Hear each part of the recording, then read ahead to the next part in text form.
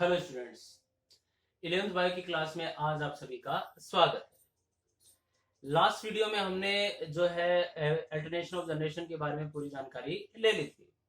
आज हम नए टॉपिक के साथ आए हैं, वो है अपना एनिमल किंगडम।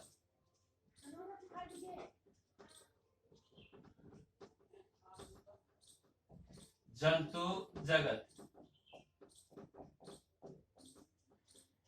एनिमल किंगडम यानी जो R.H. व्हिटेकर का जो पंच जगत वर्गीकरण प्रणाली थी, जिसमें एनिमेलिया जो किंगडम जो बनाया गया था वही एनिमल किंगडम है। अब आज जब करते हैं इसके क्लासिफिकेशन की, तो शुरुआती तौर पे क्लासिफिकेशन जो देने का जो श्रेय जाता है वो अरस्तु को ही जाता है, जिसे हम अरिस्टोटल भी कह सकते हैं।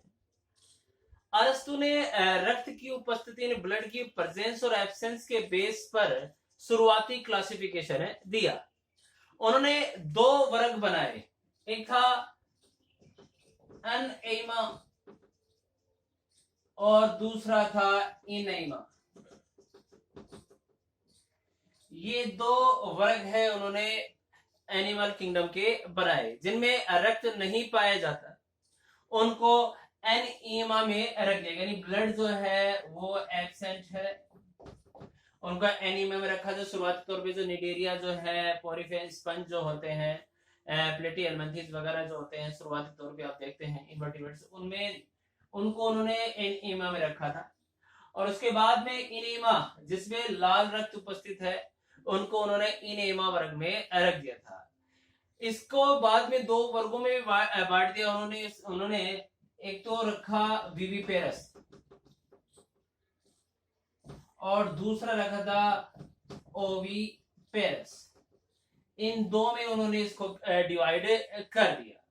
यानी विविपेरस तो मतलब यानी जरायुज, यानी कहने का मतलब वे प्राणी जो अपने समान शिशुओं को जन्म देते हैं, या ये कहूंगे पूर्ण विकसित होने के बाद में शिशु को जन्म दिया जाता है, वो जो होंगे वो विविपेरस होंगे, जरायुज प्राणी होंगे। जैसे ह्यूमंस का अच्छा खासा एग्जांपल इसमें हम ले सकते हैं।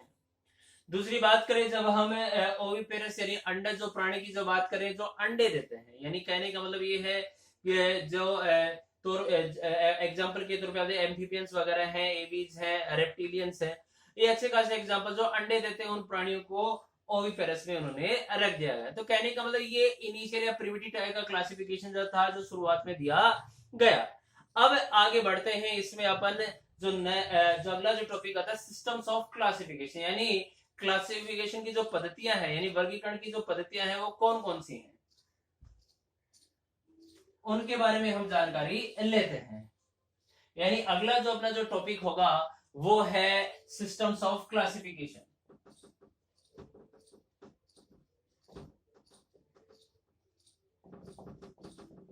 सिस्टम ऑफ क्लासिफिकेशन यानी वर्गीकरण की पद्धतियां। वर्गीकरण की पद्धतियों में आप देखें तो शुरुआती तौर पे अगर हम पूर्णतः तरीके से देखें कि जितने भी वर्गीकरण दिए गए हैं आज तक के, उनको तीन भागों में हम बांट सकते हैं। तीन भाग कौन कौन से हैं आप देखेंगे। सबसे पहले इसमें है आर्टिफिशियल क्लासिफिकेशन है, दूसरा इसमें है नेचुरल क्लासिफिकेशन है,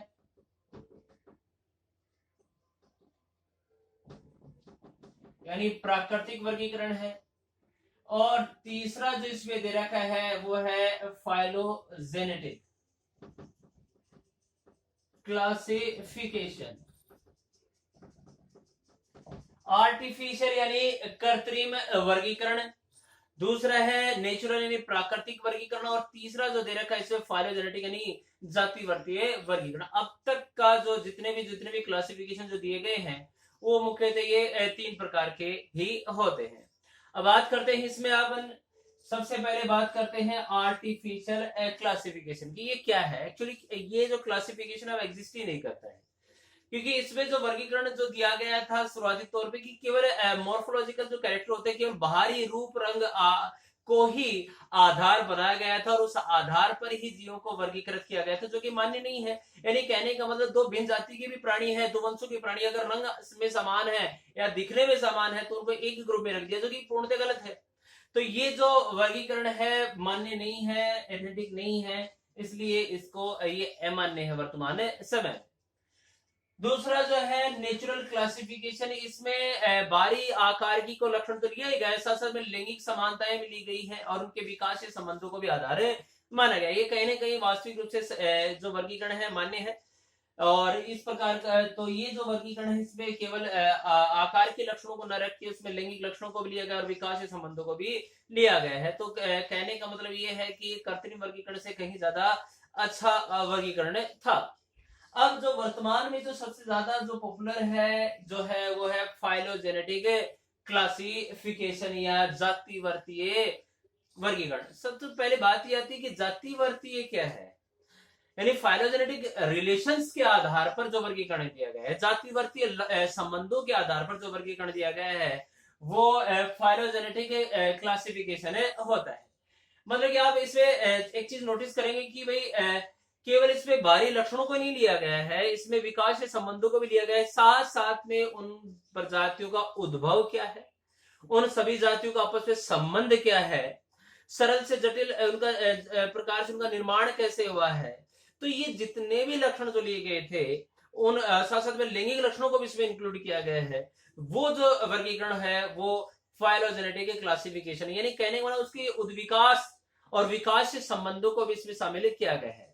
इस प्रकार के वर्गीकरण देने के लिए इसमें जीवाश्म विज्ञान है, भ्रूण विज्ञान है, कोशिका विज्ञान है, इन सभी के जितने भी अवधारणा है उन सभी को सम्मिलित करके ये इस प्रकार का जो वर्गीकरण दिया गया है। इसलिए कहने का मतलब सबसे जो अच्छे बढ़िया जो तरीके का जो वर्गीकरण है वो है फाइलोजेनेटिक क्लासिफिकेशन, जो वर्तमान में भी मान्य है।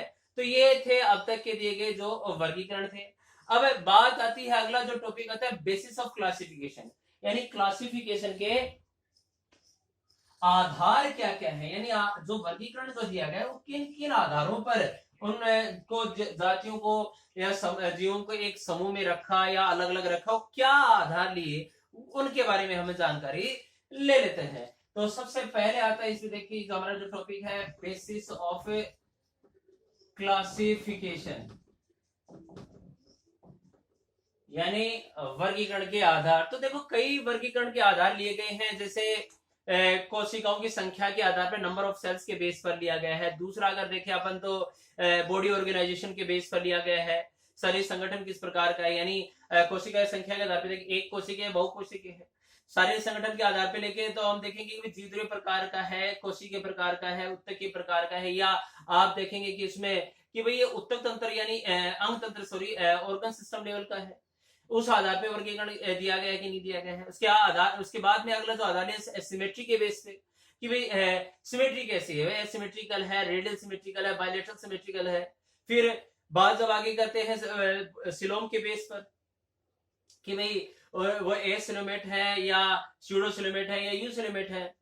उसके बाद कि डेवलपमेंट ऑफ सिलोम, यानी डेवलपमेंट का सिलोम कैसे आर के जो एंट्रोसिलोमेट्स हैं या साथ साथ में अपने आंतरगुहीय प्रकार के जिनको कहा जाता है या साइटोसिलोमेट्स है, इस प्रकार से इनको वर्गीकरण दिया गया है। साथ में सेगमेंटेशन के बेस पे भी दिया गया है।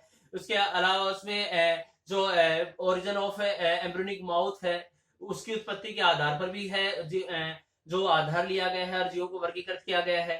साथ साथ में जो नोटोकॉड की प्रेजेंस और एब्सेंस के बेस पे भी प्राणी को वर्गीकृत किया गया है। तो ये बहुत सारे ऐसे बेसिस लिए गए हैं जिनके आधार पर ये जो वर्गीकरण दिए गए हैं। ये कहूं कि जितने भी इनवर्टिब्रेट्स और वर्टिब्रेट्स को वर्गीकृत किया गया है, इन सभी के बारे में हम नेक्स्ट वीडियो में पूर्णतः जानकारी लेंगे। Thank you.